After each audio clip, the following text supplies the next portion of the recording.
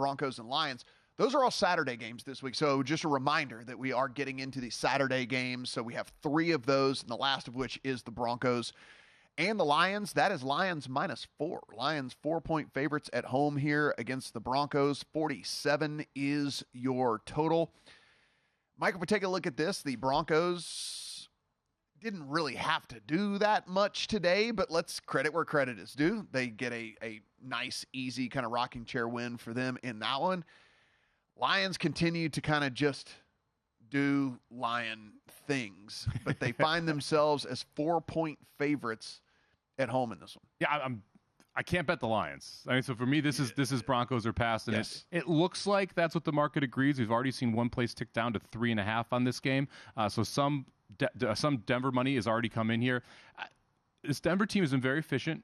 They don't turn the football over. They've been able to create turnovers. It's what's been really the key to this 5-1 win streak that they've been on here in the last 6 games. And you look over on the Detroit side, this is a really gettable defense now. We've seen it week after week. Well, specifically the last 3. They like to give up points.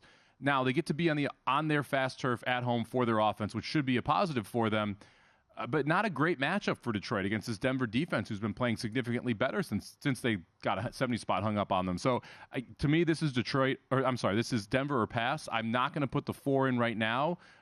I am interested to see kind of where this goes, because if it starts to flash 3.5 across the board, I'll be tempted to take some 3.5 before it gets to 3. Yeah, I have a pretty decent lean to that. I might go ahead and just put it in the account as well. If you look at the Lions, I get it. They're coming back home. It's not outdoors. But what we saw today against the Bears, it is just it's kind of a trend at this point, right? I mean, like we are looking at this defense that can just be had by any team that steps on the field against them. And so you come in, and we mentioned this about this Broncos team all year long.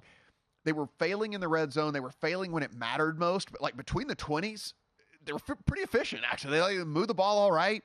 Russell Wilson kind of under the radar.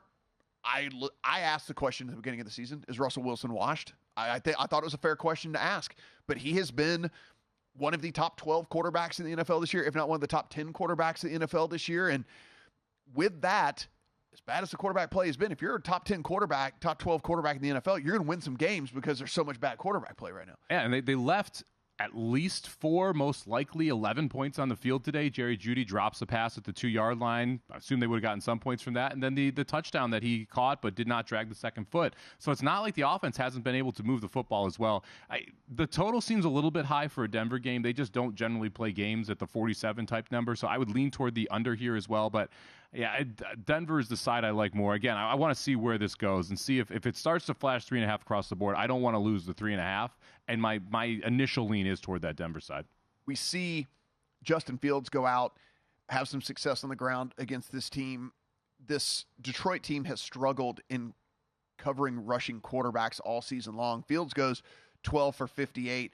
Russell Wilson doesn't run as much as he used to, but they do call design runs for him every now and then. And he certainly will take off whenever the guys are covered out there. So I'll be interested when the prop number hits for that. That's something that I'm going to keep an eye on as well, because if we're talking 18.5, 19.5 or something like that for Russell Wilson, I'll probably be looking towards an over on that, because this Detroit team just doesn't have guys that can cover these guys whenever they take off running.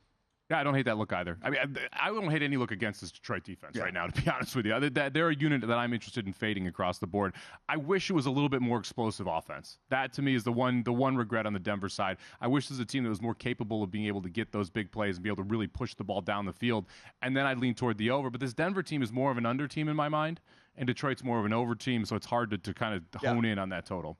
Go to VSiN.com/subscribe to become a VSiN Pro subscriber today.